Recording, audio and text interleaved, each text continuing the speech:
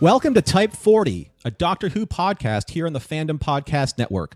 On this show, we will take an in-depth and closer look at this beloved television series, the spin-offs, the merchandising, and the global fandom phenomenon that has shaped the landscape of science fiction for over 5 decades and counting. So step into our TARDIS and please enjoy our journey together here on Type 40. Now, as you know, Doctor Who fans, it's really difficult to kind of steer your own TARDIS just by yourself, so in our time and relative dimensions in Space Machine, we have 2 very special guests and my co-hosts for this episode of Type 40. We have Mr. Kyle Wagner at one of the controls, but not exactly sure what the controls do. How are you, Kyle? Yeah, it's getting a little wibbly wobbly around here. But you know what? I know this episode's dealing with classic Who, specifically Tom Baker, and you guys are going to give me an education because I'm still working on my early thesis of everything classic Who, and I'm excited. You know, that's the great thing about Doctor Who is no matter kind of like where your entry point is, you can find new content, and that's really exciting when it comes to fandom, because sometimes fandom, you know, it's limited and you can only like revisit the old favorites and old faces, as a curator once said. So also in this big box, this big mad box of ours, is our friend from across the pond, and I would say our Doctor Who aficionado, Mr. Dan Hadley. Dan, how are you, brother? I was looking over my shoulder then, I was wondering who was going to walk in behind me. I'm great. I tell you what, though, this new TARDIS this week, we're going to change the desktop theme every week. This console room looks a little bit old. He goes, are you saying that we changed it and you don't like it? No, I quite like it. It's wood panelled and smells a little funny, but yeah. Well, I could be at home here, yeah. I do love the wood panel TARDIS from back in the day. Just takes a lot of more effort to polish. Exactly. But I miss the circles, guys. I like the circles. I like the speakers. You like the circles. You know, yes. When you get more into the Baker era, you're going to appreciate what would you call that, Dan? Would you call that kind of like the ancillary TARDIS control room? Yeah, well, it's this is where Mr. Geek steps in. It's the secondary control room, the secondary console room. People will be shouting the secondary console room. The secondary console room is kind of like a pub in a way. Yeah. You know? Yeah. It's very dark wood and brass. It's gorgeous. I love it. Anyway, I digress. So you're right, Kyle, as you have alluded to, and as you may have heard us dropping some hints about Tom Baker, we are here to talk about Tom Baker's 4th Doctor's first season on Blu Ray. So before we do that, Kyle, would you let our fans know how they can tell us all of the different lore mistakes and details that we may have missed as we travel across social media? Absolutely. Of course, and this is that fixed point in time that we have to hit every week. But you can find not only Type 40, but all the other great shows on the Fandom Podcast Network in the following places. Of course, on our homepage at fpnet.podbean.com. Of course, if you're going mobile, you can use the Podbean app on your mobile devices to find. Let's just search for the Fandom Podcast Network. Of course, if you don't use the Podbean app, you can find us on iTunes, Stitcher, or if you have an Android device, you can use the Google Play app. Of course, on Instagram, you can find the Fandom Podcast Network at Fandom Podcast Network. And you can find this show, Type 40 Doctor Who, at Type 40. That's TYPE40DR Who. And of course, on Facebook, we have the Type 40, a Doctor Who Fandom Podcast group page. We'd love for you to join the group and be part of this amazing community that we're trying to build here. And there'll be a link to that in the show notes of the page. And of course, too, if you want to email us, let us know how we're doing. Give us your opinions. Give us your thoughts. You can email us at type40doctorwho@gmail.com. You can also find us on Twitter at type40doctorwho, again, spelled out TYPE40DRWHO. On Instagram, the same thing, at Type 40 Doctor Who. You can find me on Twitter at AKyleW or on Instagram at AKyleFandom. Norman, where can people find you on Twitter and this other social medias? You can find me on Twitter at Starfighter1701 and on Instagram at SoCalSwordfighter. And Dan, where can people find you out there in the land of social media? Well, I'm on Instagram. You can follow me there at DanHadley_. And I'll probably be joining Twitter myself soon. Failing that, I am on Facebook. I'm never off Facebook for very long. Come and find me. Come and say hello. You know where we are. And absolutely. And two, if you need something to wear, you need something to sport out in public, and help us out by supporting the Fandom Podcast Network. Visit our TeePublic store at teepublic.com and just search for Fandom Podcast Network. You can find great shirts, pillows, laptop cases, stickers, even tapestries with logos from all the great shows at the Fandom Podcast Network. And coming very soon will be the Type 40 line. And of course, iTunes. You can always leave us reviews on iTunes. We love to get those. We'll read them on the show. Tell us how we're doing. Give us some thoughts, whether it's a 1-star or 5-star. We love getting all of your thoughts and opinions on what we're doing here at the Fandom Podcast Network. So with that, Norman, I've got my scarf ready. Can you take us into season 1 of the Tom Baker era of Doctor Who? Absolutely. I hope that scarf isn't too warm for you down in Florida, because I know that you are probably coming into your super, super warm season. Yeah, well, I won't say what else I'm wearing or not wearing. Okay, well, we'll leave that up to the audience's imagination. Spoilers. Right, I couldn't resist. Spoilers. So, yes, we are here to talk about Tom Baker, his first season as the Doctor on Blu Ray. Now, I was first notified about this on May 3rd, 2018. And as soon as that popped up into my notification box on Amazon, I punched the pre-order button so hard it knocked a hole in the universe. So, I mean, I know that's a very hyperbolic, but I'm just really excited. I was like, wow, Tom Baker on Blu Ray for the first time. And how much is this going to cost me and when? I don't care. Take my money. What's that meme out there, Kyle or Dan, with what's his name from Futurama? Fry. Go ahead and take my money. Fry. Yeah. Take my money now.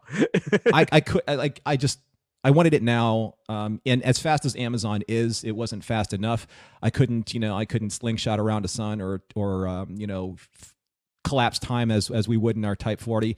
But Dan, when did you hear about the release of this, say for the UK release for this set? Well, there'd been whispers for quite a while, and but there are always whispers when it comes to Doctor Who. There's been whispers about putting Doctor Who onto Blu Ray for a few years, to tell you the truth, but I didn't really start believing them until around September, October time, and because you hear about, because the special features, when they start filming those, word tends to get out, but you never know where it's going to land. You never know what shape it's going to take, and the Doctor Who collection on Blu Ray, as a global thing, as a whole new line, it's kind of more noise than I thought they would make over material that is obviously of a vintage. But it's fantastic to see the real push behind it, the care, the attention, the reception to it, how well it's doing, certainly in the charts in the UK. And I'm just delighted, even if I'm a little bit worried about my bank balance over the next few years. Well, I mean, that's a huge concern, not just for the Blu-ray sets, but I know that a lot of people are probably like, well, what do I do with all of the special edition DVDs that I have collected now? And we're going to get to that later on in the show. But Kyle, do you remember when you first heard of this? And was it something I'm not going to say you're not a Doctor Who fan of the classics, but you're not as steeped into, say, like the Tom Baker era, and that was from 1974 to 1981. When you saw something like this, you were like, I might get it, I might not get it, or it's the perfect time for me to actually collect all of this and have one cohesive set that I can binge watch like Netflix. I found out by seeing your post about it, and you tell me about it for your excitement. And it's something that is on my buy list. It's a matter of having the time to sit down and properly watch it. And I have every intent of getting this because I think it's going to be a great way for me to sit down and really get caught up on Tom Baker. I mean, I do have experience with Tom Baker. A lot of the PBS Doctor Who here in the States that I watched were Tom Baker episodes. Mhm. And so, but again, it's a while ago for me. And I know the importance of Tom Baker in the Doctor Who fandom. And I think this is brilliant that they're doing this. And I really do hope this is something that the BBC continues to do, not only with the fourth Doctor, but eventually as they build those collections of the other Doctors. And I do understand that there are some issues with certain episodes of just the quality and finding missing episodes of Doctor Who. But I do hope this is something that they do continue to do, because I think this is something the fans of Doctor Who deserve, is to actually have legitimate season sets of their Doctors. And what better way to start off with it with the man who I think for a whole generation of Doctor Who fans is the Doctor in their mind. They might have been fans of Sylvester McCoy or Davidson, but I think for a lot of people, Tom Baker is the Doctor. Well, I mean, that's fair to say, and I think that's probably one of my first questions I want to ask both you guys with Tom Baker, because we have so many popular modern Doctors, like with David Tennant and Matt Smith, and I know that their sets have already been, well marketed and purchased by many, many, many people. Why Tom Baker, Dan, do you think? Why start with him? And why make this giant push? Now, I don't know over in Great Britain if this happened, but one of the things that really made me stand up and take notice about how popular not just Doctor Who is, but Tom Baker is that they actually did something here in the United States called a Fathom event. And if you've never really attended one of these, it's basically a special viewing service that movie theaters host, where you can actually watch shows like this. In this case, it's the uncut version of Genesis of the Daleks from season 1 in the theater, recut for the theater with a special interview with Tom Baker. So that, to me, says that how big his impact was in Doctor Who and why they chose him to launch this completely repackaged version of his first season. Do you think that was obviously the right choice? Is it obvious, or is it something that they know they just have that kind of branding power behind? Okay. Well, let's frame this. Let's think of it like this. Here and now, when we look at Doctor Who, there is still, as Kyle was just pointing to, there's still that slight dividing line between the classic and the new series, where not everybody travels between the two. There's that little threshold. But there was a time, it's not really that long ago, when Doctor Who was still was a television show from the past, and the dust was starting to settle a little on it as a whole, on the classic series. And when you looked back on Doctor Who, obviously this was pre-internet, when you talk about Doctor Who with your friends at the pub, maybe Doctor Who would crop up into conversation. When you started talking about Doctor Who, the angle that everybody had was, oh yes, you'd start talking about a story or a time or whatever, but it was like, they'd define it by, was that before or after Tom Baker's Doctor? That is an indication of how huge he was in the role, how important. I mean, obviously he was there for longer than everybody else playing it, but it was more than that. It was more than that.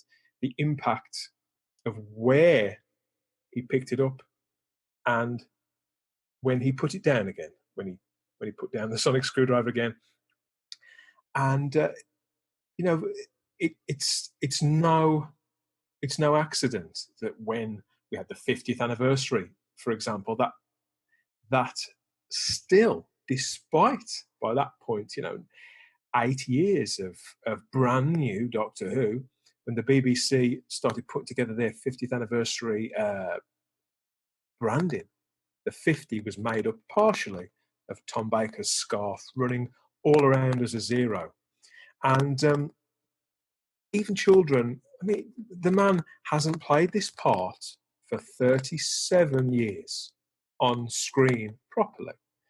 And yet, I entertain children sometimes at events, and I've got on my board of my work behind me, there's a picture of Tom Baker's Doctor done in the style of The Simpsons. And every single time there'll be some child who'll come up and point and say, "It's Doctor Who." There's no TARDIS there. No, darling. It's Doctor Who. That says a lot. I mean, that's kind of the cultural saturation level of Doctor Who in Great Britain. So, and not so much maybe in the U.S., although every single time I talk about Doctor Who, most of the sound bites that I hear are, "You mean the guy with the scarf?" Yeah. You know?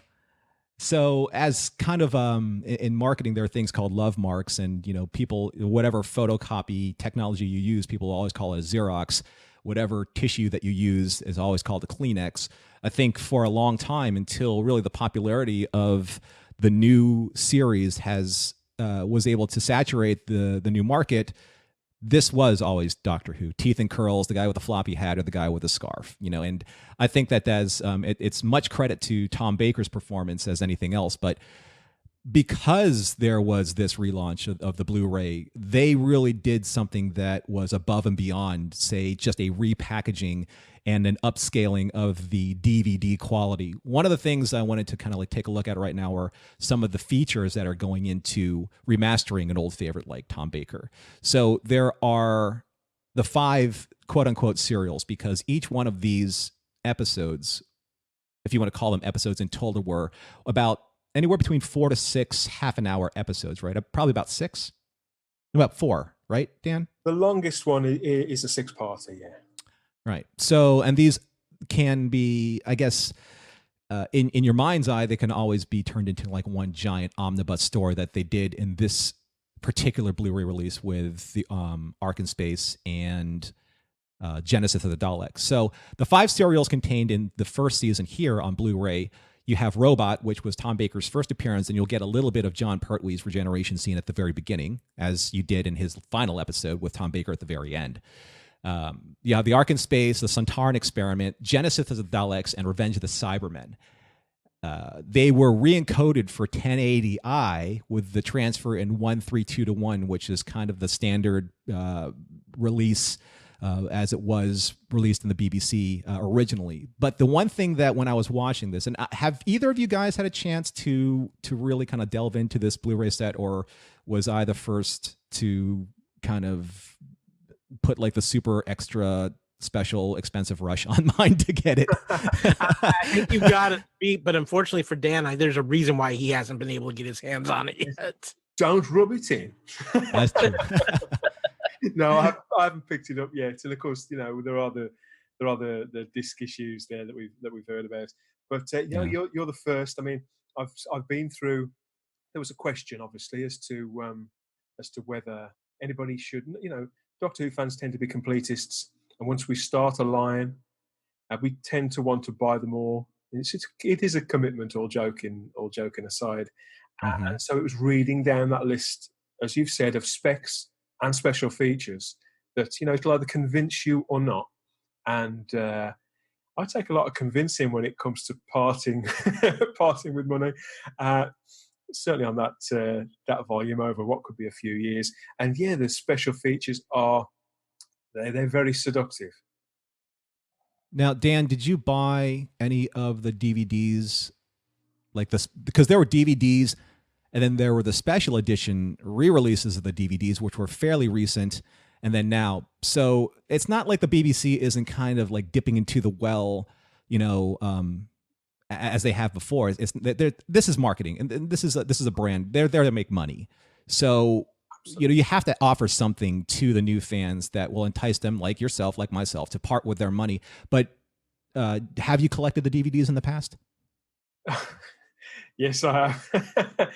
Yeah, this could potentially be a triple dip for me. I collected all the DVDs, and when they returned to the range and issued some special editions with new features, I bought those again. I think there was about 12 re-releases. So yeah, I collected all of the DVDs, but going backwards through my timeline, I was there. I bought every single VHS release too, and I've still got those in the loft.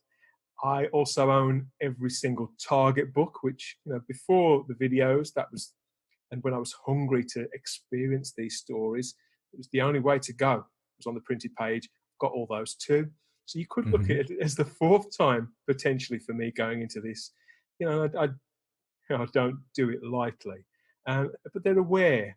They know that Doctor Who is one of the most important brands and product lines and revenue streams, and they know that the fans will call them out if they don't feel that something represents value for money. And they can boast about. It's one thing to boast about specs. The people who work on the Doctor Who range are experts in their field at both sound and picture. But to some who haven't got top of the range televisions, those kind of things maybe aren't so important. You've got to come at it from a different angle as well, and look at that VAM, that value added material, and try and cater for everybody as best you can and still keep it affordable. And I feel that that's what they have done with this set. And I was initially, there was a bit of trepidation on my part, but I've been won over. And, even if it's a question up to a certain point, as soon as you see that box set, that's a very pretty box set, Norm. Yes, it is. And you know what? Actually, let me segue in from there, because one of the I was talking about this with Kyle, and since this has nothing to do with the actual contents, and I will get to the contents in a second for the listeners who get to the contents already. There are two very distinctive differences in the packaging from the US release to the UK release. And for me as a collector, and Dan, actually, you and I actually had a differing opinion on this. I feel a little slighted looking at the US release because it's very compact, it's sleek. All of the discs have the same artwork as the cover of the release. And it's, for me, when I saw the UK release, I'm like, because I have both of them right now on my desk. Yes, I'm ridiculous that way. The UK release is very robust. It's thick. It has a really nice insert with really nice artwork. Each disc is coded to the specific episode artwork of that episode. So you'll have the robot on disc 1. You'll have a picture of the Arkan's base on disc 2, and so on and so forth. So looking at the dollar value of both of these being somewhat equal, I feel like the US release is very thin compared to the robustness of a collectible of the UK release. But you felt differently, Dan. You can tell me. Did you get disc envy? No. Disc. I didn't feel differently myself. I agree. I think the UK packaging, in my experience, like I say, I judge value for money with the eye. And to me, that represents better value for money, something substantial and lavish, and particularly the little things like the disc art. So I felt the same as yourself, but I went into a few home entertainment forums and found that there were people in my territory who were, have you seen the size of this box set? The whole collection is going to be huge. I'm going to need to buy a new bookcase. Oh, why can't we have a little plastic Amaray case that can fit into the smallest possible space in my home? So it's funny, isn't it? There are all types of fans, and I feel that way about some things. I'm a big believer. Sorry, Kyle, I know you feel differently, but I'm a physical media guy still. But there are plenty of lines of products that I want them to be as small on my shelf as possible. But when it comes to Doctor Who is special. Sure. And Kyle, I know that you are a digital format, supporter. I am too. And I agree with you too, Dan. When it comes to certain things, you can see on camera, for those of you who are listening, you can't, but you see my Lord of the Rings collection. That's something that I want physically, that kind of collection. So when you saw this, Kyle, on advertised in both ways, and you saw the kind of the layout of the UK set that's been so lavishly done, when you look at both of those, monetary wise being equal, I mean, why do you think that these are being treated so differently in two different markets? Well, I think one, and this is first and foremost, and we've had this conversation, the fact that we still in this day and age have region coding is ridiculous. Amen. Yeah, it is. There is no reason for it with the way technology is now. But I think too, the reason why you have the differences is because you're talking about the Great Britain being the home of Doctor Who, and they're going to go all out there. And as popular as Doctor Who is in the States, you know, I think that just for distribution in the States, they went with a little cheaper route. I mean, it's sad to say. And I think it's a huge mistake on this part. I think the problem with it is that the here in the States, they're saying, okay, well, we can make more money by doing this, where I think over in the UK, it's more of, no, we want to give the fans of this everything that we can. And there's so many. I mean, for me, if I could go out and buy the UK version, that's the version I would choose to get. I mean, I've seen what you got with that, Norman. It's a beautiful set. It's something that you would want to have on display. What you might not realize, guys, is that Blu Ray took a little longer to get to the UK. And it's nowhere near as popular as a format as it is in North America, certainly. And it hasn't sort of found its way into every UK home.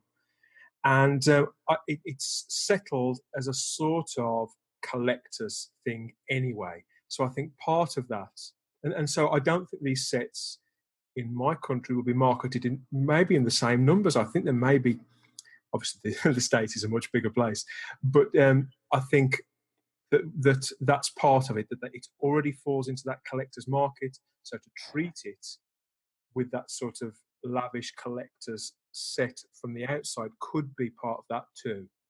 So yeah, I wouldn't take it personally.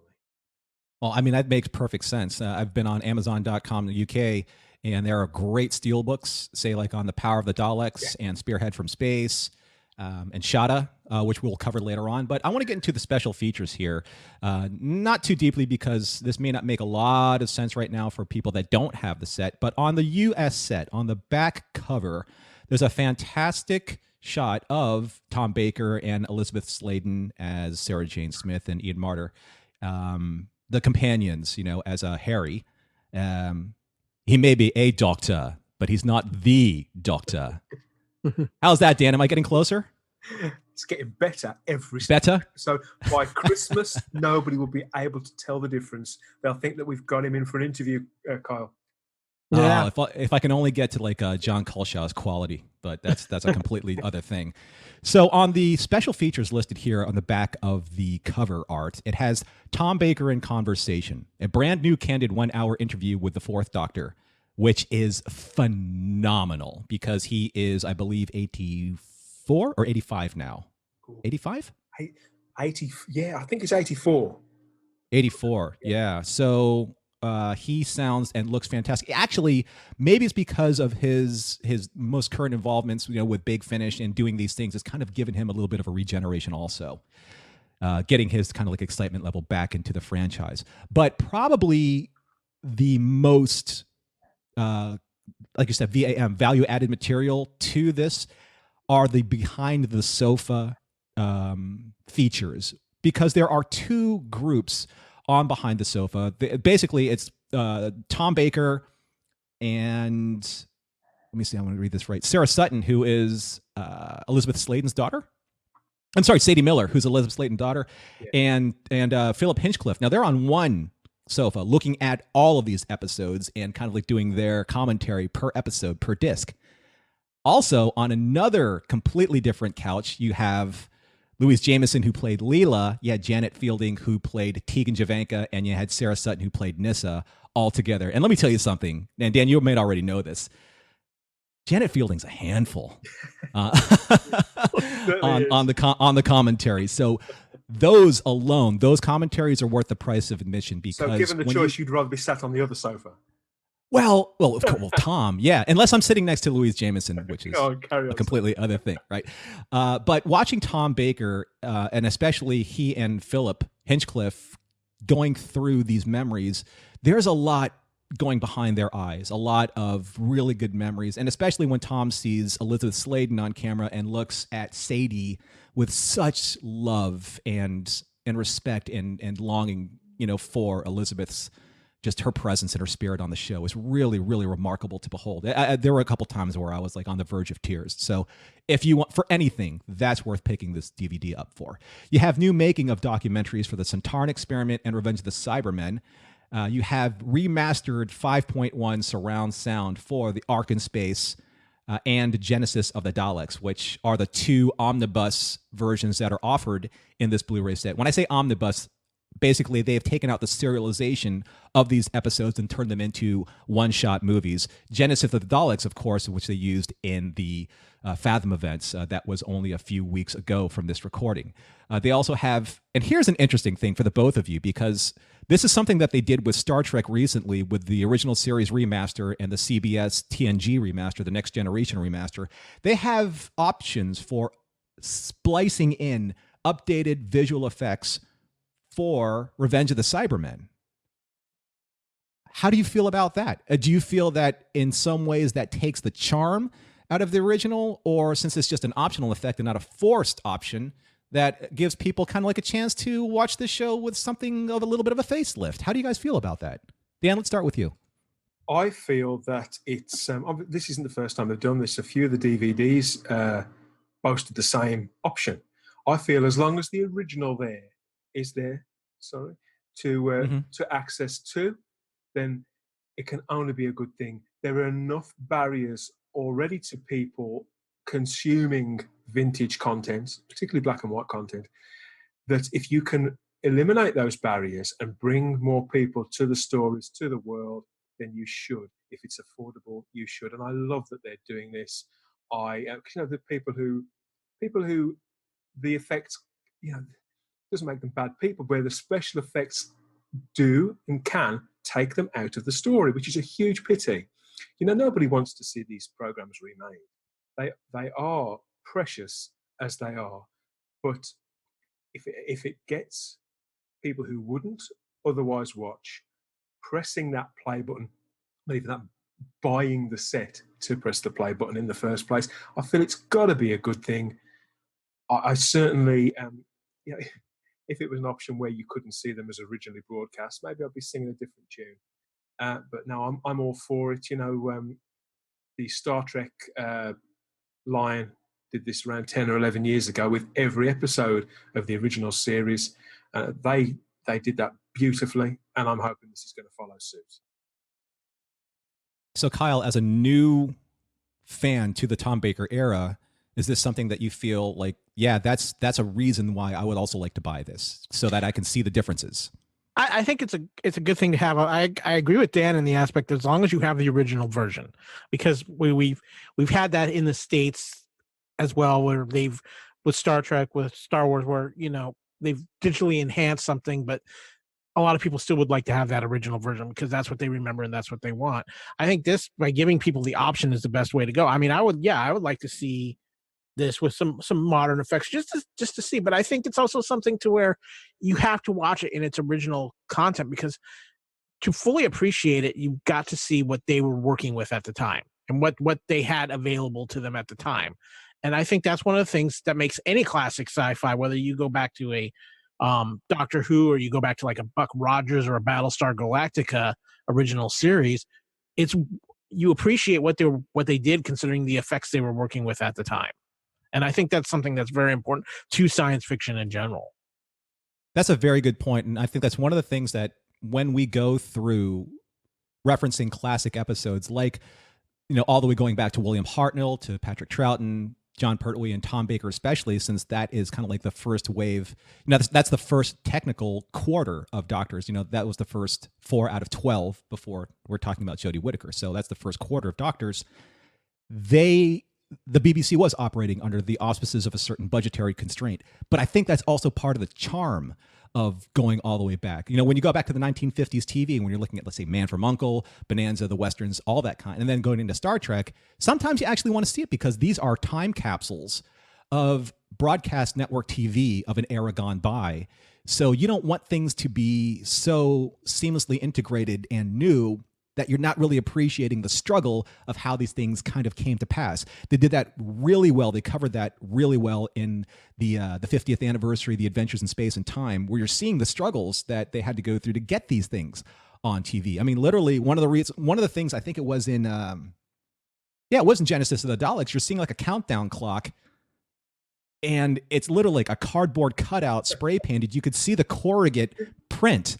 And I love that because that's what they had to work with. So again, with I know it's tougher for newer fans to go back to some of these, but really kind of like take that with the grain of salt and in the spirit of what's why it was intended to look a certain way, because that's all they really had to work with. Now, we did mention, and Dan, you did mention that there was an issue with the printing of some of these DVDs. I want to let you know that, and I say this is wibbly wobbly production issues with the UK set. There were 2 discs, or there are 2 discs on the UK set, and I'm still trying to confirm this if this is the same for the US set.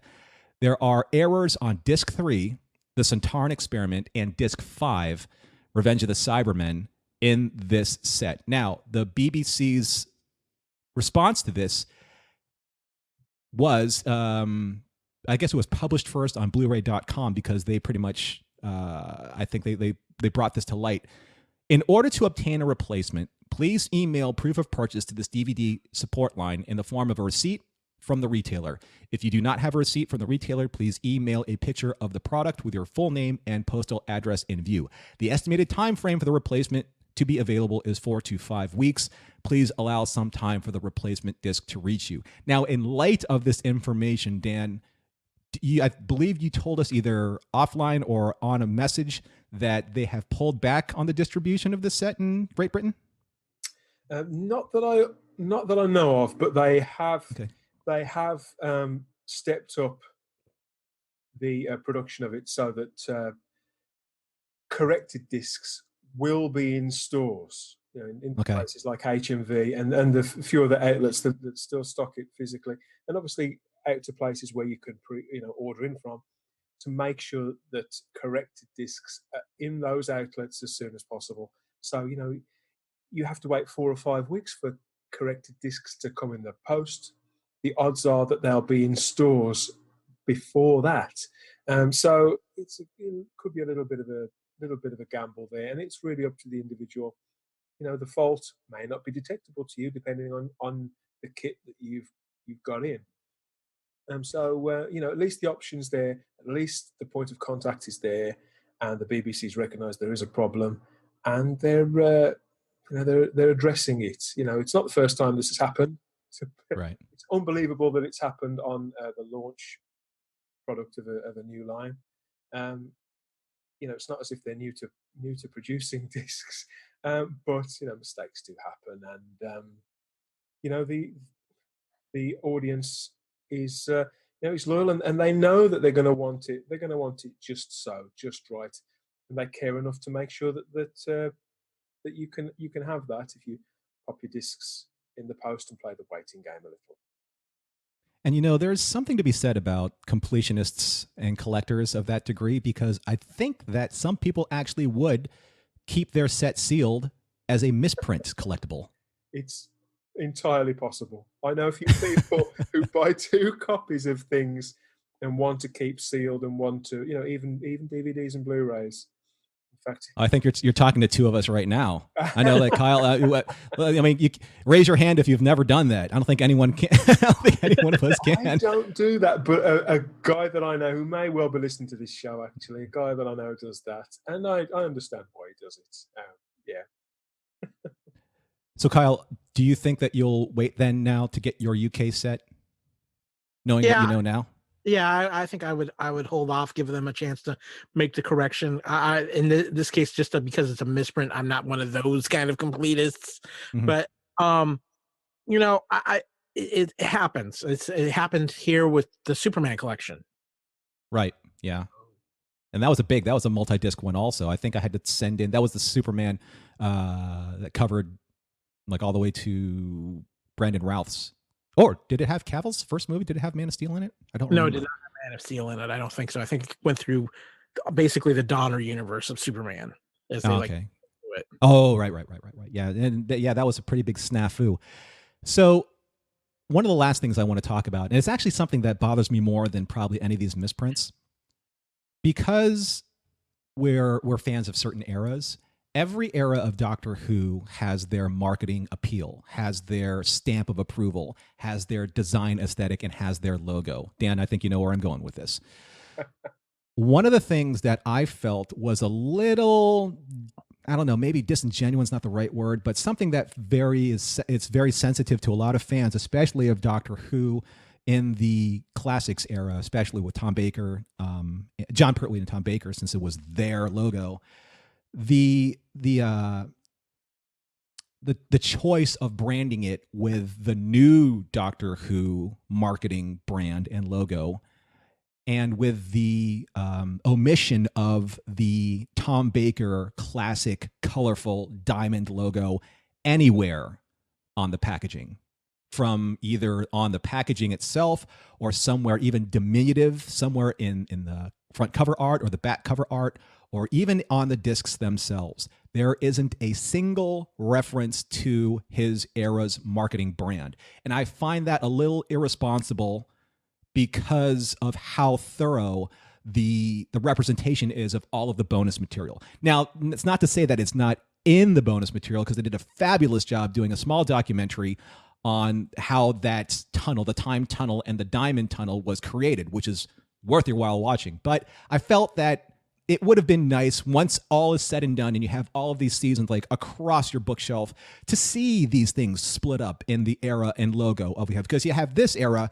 you have the John Nathan Turner kind of like disco logo. I mean, that's fair to say. And then you have kind of like the new, the Russell T Davies logo, and now you're going into the Stephen Moffat logo, and now the Chris Chibnall logo. So I kind of wanted that represented here. I might be just a little sensitive about it. Some people are like, who cares? It's just a logo. But Dan, you're a classic fan like me. How did you feel about not seeing that on the packaging? Yeah, it's obviously it's part of hammering it home to people that this is new product. The new series will be with us soon, and that logo is being rolled out onto everything. And I love the new logo. I really do. I think it's great, but and it looks particularly good in I think in the sort of negative space. Mm-hmm. So I understand the appeal of that right across the line, and them eliminating that barrier again between the new series and the classic. I think that's wise. However, there are two sides to every story, and the simple fact is that historically we know this happens. Whatever is the Doctor Who logo now won't be the Doctor Who logo in 3, 4, 5 years' time. Are they really going to get out 26 box sets in the next 4 or 5 years and have them all look consistent across the shelf? I can't see that happening. Not to this spec. Not if they want to maintain that sort of showcase, that this grand treatment, and give that to every season of Doctor Who, because every season deserves this sort of fanfare. So I think potentially we're going to end up with a Doctor Who collection of Blu Rays that now could have 2 or 3 different logos, which is kind of self-defeating. Whereas you'll notice on the UK packaging that we've been drooling over earlier on, it comes with an outer slip card anyway. So you'd think, well, the option could be to the shop-facing side to that slip card does bear the new logo for any whatever, for simple marketing sense, and that underneath that there's your diamond logo for the collectors who do intend on buying them all. I just think it's always better to give your customers more options, particularly if it's not going to cost any more money. Mm-hmm. I understand that underneath the slip card we do get clean art, which, as a graphic designer, I love that. I like having the options of clean art. Oh yeah. There's not clean art on the spine, and still that would have been nice. Just say white out of black. It didn't have to be the full 4-color version of that logo. It could have been a simple flat version of it, and yeah, we could have got that built across our shelves. I mean, who knows? Maybe they'll offer that for later releases, because we're not the only 2 people that have picked up on this now. So maybe they will correct that. So yeah, it's a little short-sighted, but hey, I suppose there are bigger things to worry about, aren't there? It's yeah. But at the end of the day, they're catering this, and there are people out there who, as you say, don't don't care. It's all about what's on the discs, and but different strokes for different folks. Bigger kippers to fry, is what you're saying. Yeah.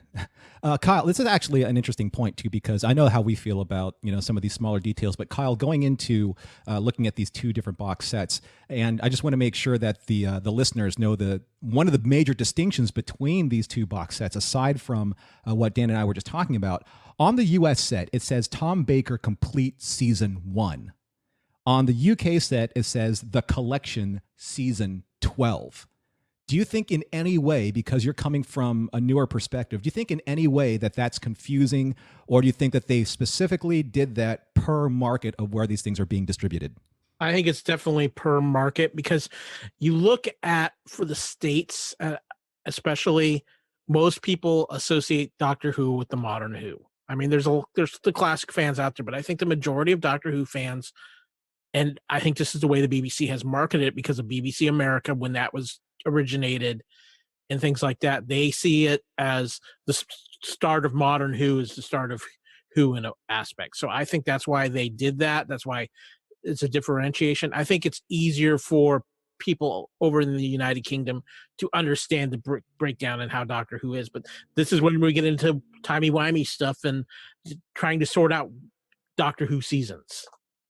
It's funny that they just don't say Tom Baker Complete Season 1.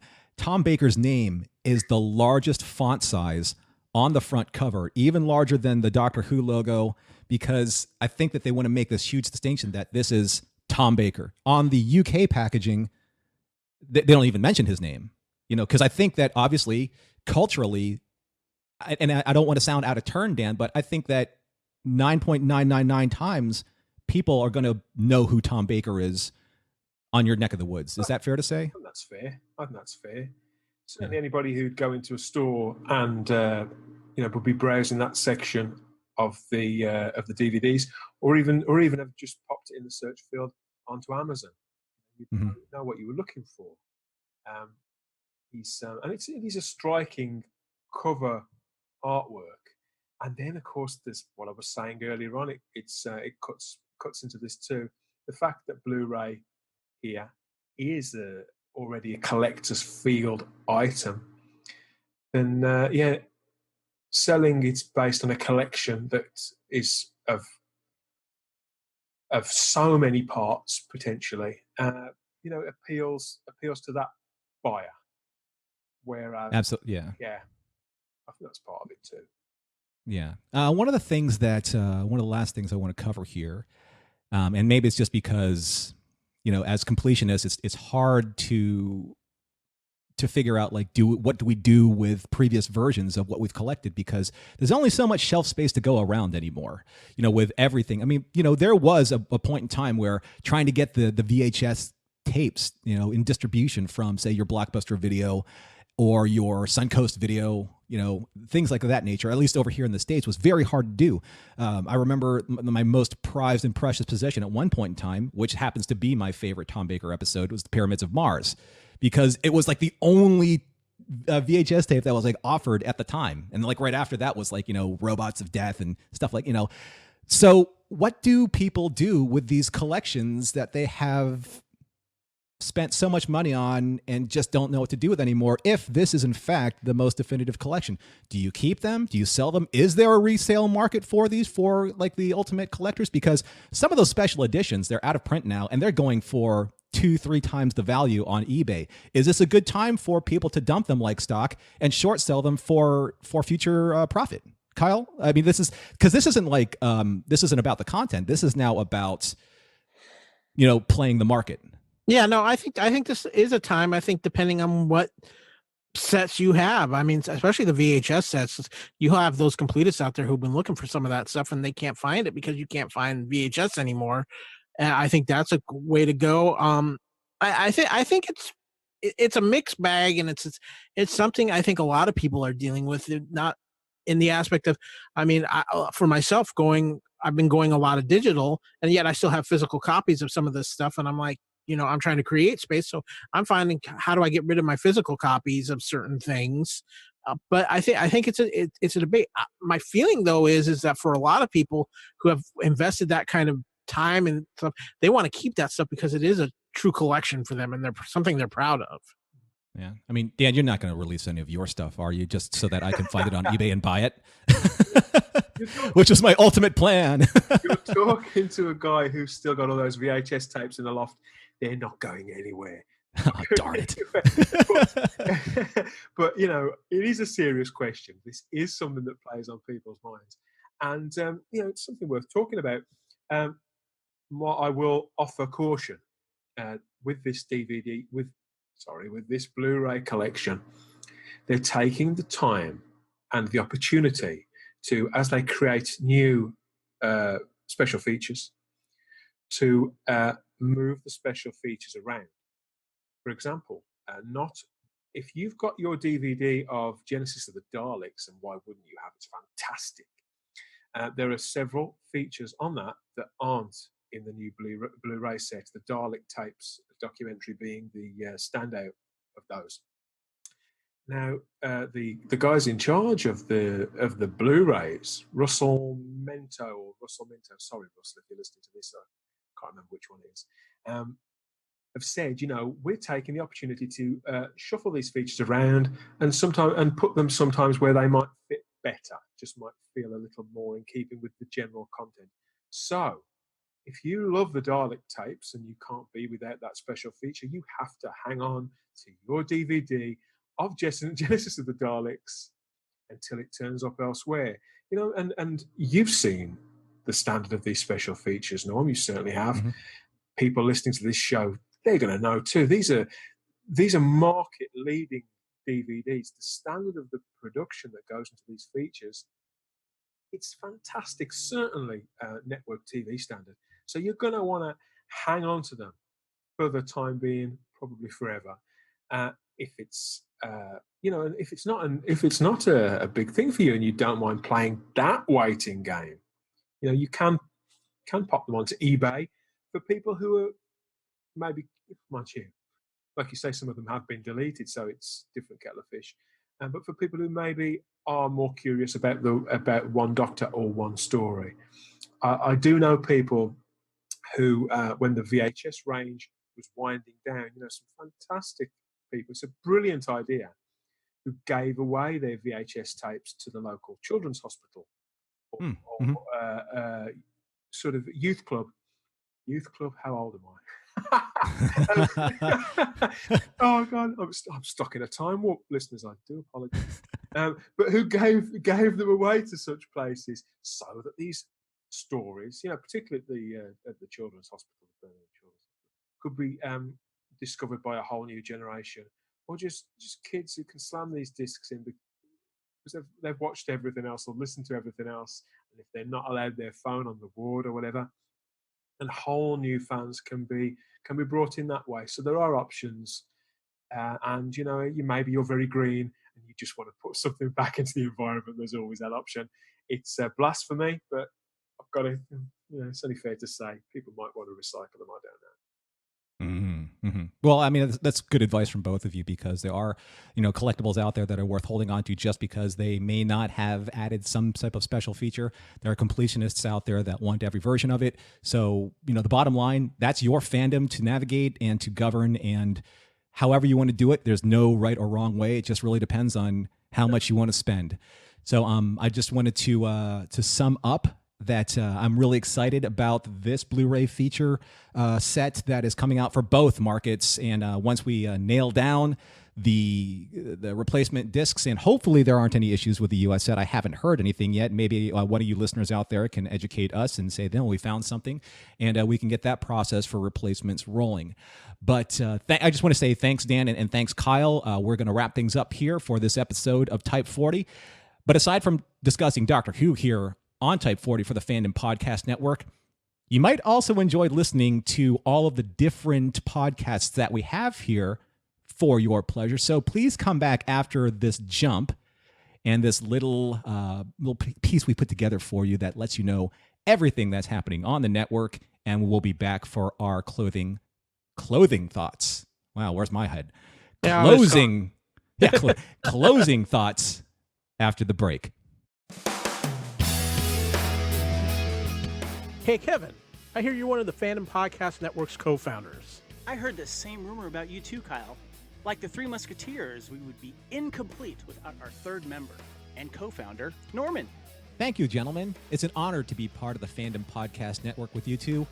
Kyle, why don't you start us off and let everyone know what great shows we have on the network? Absolutely. Starting with our flagship show on the network, we have Culture Clash, your weekly fandom news show covering everything news, reviews, and whatever crazy things we can come up with. Of course, we also have Good Evening, an Alfred Hitchcock podcast with Tom Caldwell, Brandon Shamatula, and Chris High. Kevin, what else do we have on the network? Kyle, we also have Time Warp, a look back on our classic and nostalgic fandoms that we still celebrate today. Also, if you're a hard rock music fan, I host the Hair Metal podcast as we rediscover the nostalgia of the 1980s hair metal bands. Norman, we're not done yet. What else have we got on the Fandom Podcast Network? Well, Kevin, you and I co-host Blood of Kings, a Highlander podcast covering all things Highlander. And I also co-host with you, Kevin, and Kyle, and other special guests, Discoville, a Star Trek Discovery, and the Orville podcast. But Kyle, last and certainly not least, what are the other shows on the network? Well, for all you movie fans out there, this podcast is for you. We have Couch Potato Theater, covering cult classic and fan favorite movies we don't get off the couch for. And for you football fans, we have this show for you, The End Zone, giving you all the great mediocre fantasy football advice you can get and covering everything the NFL. And finally, you Doctor Who fans out there, we have Type 40, a Doctor Who fandom podcast. Now, Kevin, can you tell everyone how to find all these great programs on the Fandom Podcast Network? Sure, Kyle. You can find the Fandom Podcast Network master feed at thefpnet.podbean.com. The Fandom Podcast Network is on iTunes, Stitcher, Podbean, and Google Play. You can also find us on Facebook under Fandom Podcast Network. If you'd like to email us, you can email us at fandompodcastnetwork@gmail.com. We are also on Instagram under Fandom Podcast Network and on Twitter at FanPodNetwork. Also, please search Fandom Podcast Network on tpublic.com for our store, where you can find all our shows and their logos and great t-shirts and other fun items. Also, please search Fandom Podcast Network on iTunes and leave us a review. Thank you so much for listening and supporting the Fandom Podcast Network. And remember, respect others and most importantly, enjoy your fandom.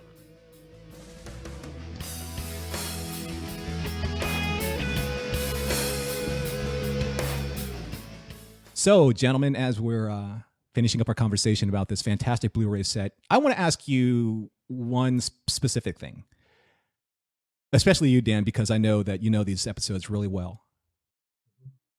With one answer, what episode are you most excited to watch with all the special features involved? Right. You devil.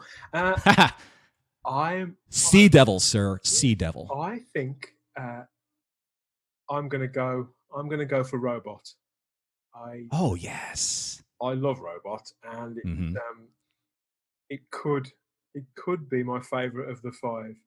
I think the mixture of location work and studio work in that, all the special effects work involved, in camera, to do with green screen, some of it's quite notorious, but that story for me is next to perfect, full of colourful characters, and to see, we were talking about it earlier on, to see with our own two eyes Tom Baker's Doctor take shape across those 4 episodes, because it really does.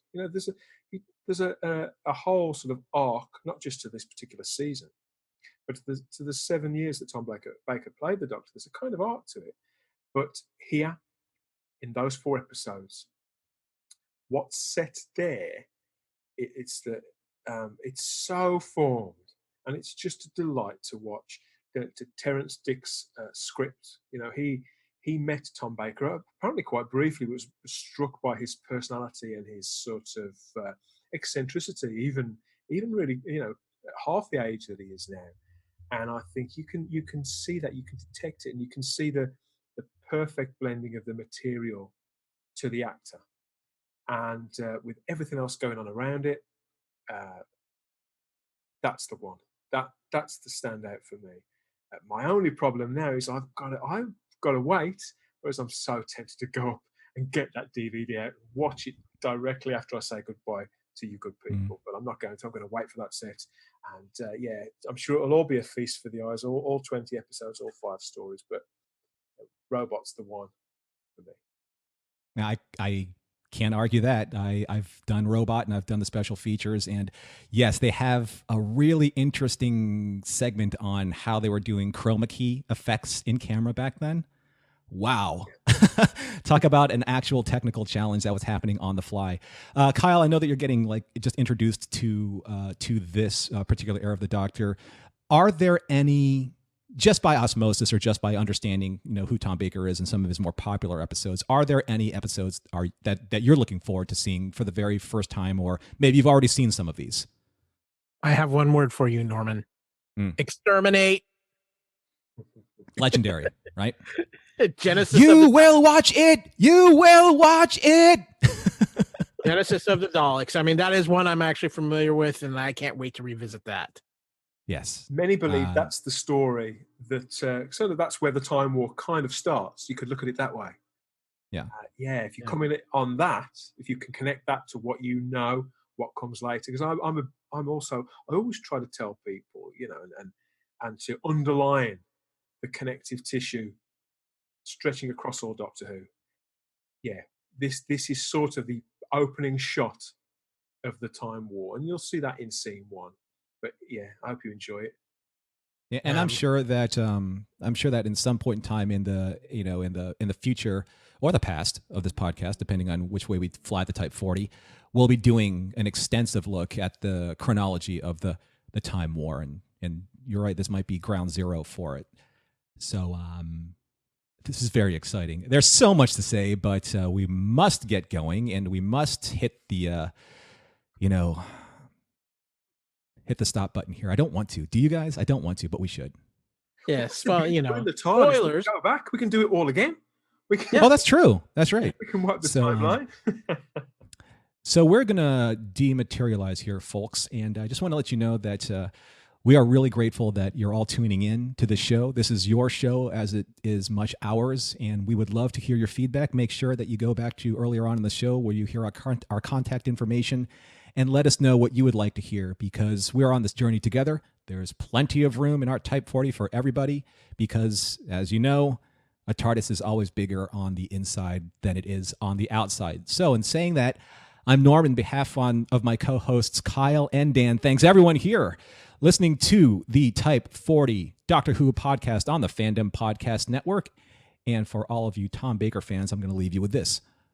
Mother, I feel sick. Send for the doctor. Quick, quick, quick.